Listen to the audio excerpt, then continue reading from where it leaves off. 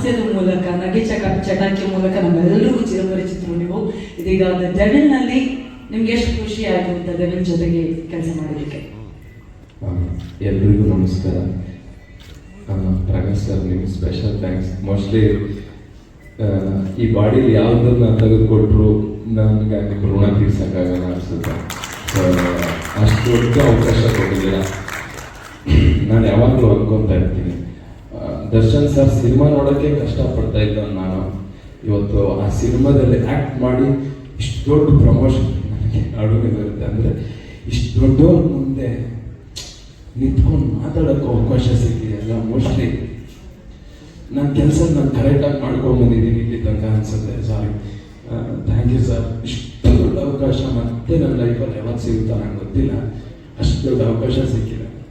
And ನನಗನ್ಸೋದು ಒಂದೇ finally ಹೇಳೋದಂದರೆ, ಯಾರಾದರೂ ಕರ್ನಾಟಕದಲ್ಲಿ ಕನ್ನಡದ ಬೋರ್ಡ್ ಹಾಕಿಲ್ಲ ಅಂದರೆ ನಮ್ಮ ರಕ್ತ ಕುದಿದಿದೆ. ಅಂಥದ್ರಲ್ಲಿ ನಮ್ಮ ಬಾಸ್ ಕನ್ನಡಕ್ಕೋಸ್ಕರನೇ ಬದುಕ್ತಾ ಇದ್ದಾರೆ. ಅವ್ರ ಸಿನಿಮಾನ ನಾವು ಜಾಸ್ತಿ ಗೆಲ್ಲಿಸ್ಬೇಕು. ಅವ್ರಿಗಿರೋ ಪೇಯ್ನೆಲ್ಲ, ಅವ್ರ ಸಿನಿಮಾ ಗೆದ್ದಿದ್ದಕ್ಕೆ ಅವ್ರಿಗಿರೋ ಪೇಯ್ನೆಲ್ಲ ಮರ್ತು ಹೋಗ್ಬೇಕು. ನನಗೆ ನಿನ್ನೆ ಅನಿಸ್ತಾ ಇತ್ತು, ಕ್ಲಿಪ್ಸ್ ಬಿಟ್ಟಾಗ ಬರ್ತಾ ಇದ್ದೀನಿ ಚಿನ್ನ ಅಂತ ಇತ್ತಲ್ಲ, ಅದು ಬಿಟ್ಟಾಗ ನಂಗೆ ಅನಿಸ್ತಾ ಇತ್ತು, ಎಂತೆಂಥ ಕೆಟ್ಟ ಸಂದರ್ಭಕ್ಕೆ ಅಶ್ವಿನಿ ದೇವತೆಗಳು ಅಸ್ತು ಅಂದಿದ್ದಾರೆ.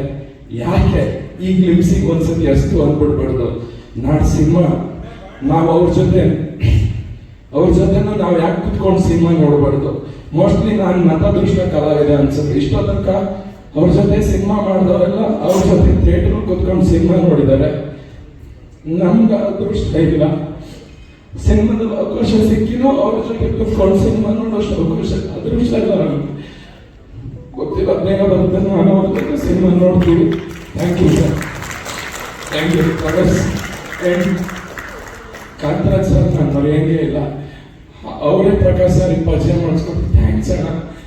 ನಾನು ಕೊನೆ ತನಕ ನಿಮ್ಮ ಮಗನ ಥರ ಇದ್ದು ಅದು ಏನೇ ಇದ್ರು ನಾನು ನಿಮ್ಮ ಜೊತೆ ಇರ್ತೀನಿ. ಥ್ಯಾಂಕ್ಸ್ ಅಣ್ಣ, ಥ್ಯಾಂಕ್ ಯು ಸೋ ಮಚ್. ಸಾರಿ, ನಾನು ಶೇರು ಲೈಕು ಕಮೆಂಟ್ಗೆಲ್ಲ ಮಾತಾಡೋದು ಇಲ್ಲ. ನಾನು ಮೀಡಿಯಾ ಮುಂದೆ ಆ ಥರ ಇದು ಮಾಡೋದು ಇಲ್ಲ. ನಾನು ಬಂತು ಅಷ್ಟೇ. ಸಾರಿ, ದಯವಿಟ್ಟು ಕ್ಷಮಿಸಿ. ಸಾರಿ. ಎಲ್ಲರೂ ಸಿನಿಮಾ ನೋಡಿ, ಥಿಯೇಟ್ರಿಗೆ ಬಂದು ಸಿನಿಮಾ ನೋಡಿ. ನಮ್ಮ ಬಾಸ್ ಹೇಳಿರೋದು ಇಷ್ಟೇ, ಸ್ಟಾಪ್ ಪೈರೇಸಿ. ಇದು ನಂಬ್ಕೊಂಡು ನನ್ನಿಂದ ಹಿಡಿದು ಪೋಸ್ಟ್ ಅಂಟಿಸಿ ಥಿಯೇಟ್ರಲ್ಲಿ ಪಾಪ್ಕಾರ್ನ್ ಮಾಡೋವರೆಗೂ ಇದನ್ನ ನಂಬ್ಕೊಂಡೇ ಬದುಕ್ತಾ ಇದ್ದೀವಿ. ನಮ್ಮ ಹೊಟ್ಟೆ ಮೇಲೆ ದಯವಿಟ್ಟು ಹೊಡಿಬೇಡಿ.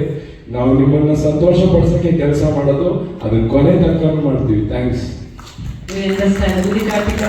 ನಿಮ್ಮ ಪ್ರತಿಭೆಗೆ ಸಿಕ್ಕಂತಹ ಗೌರವ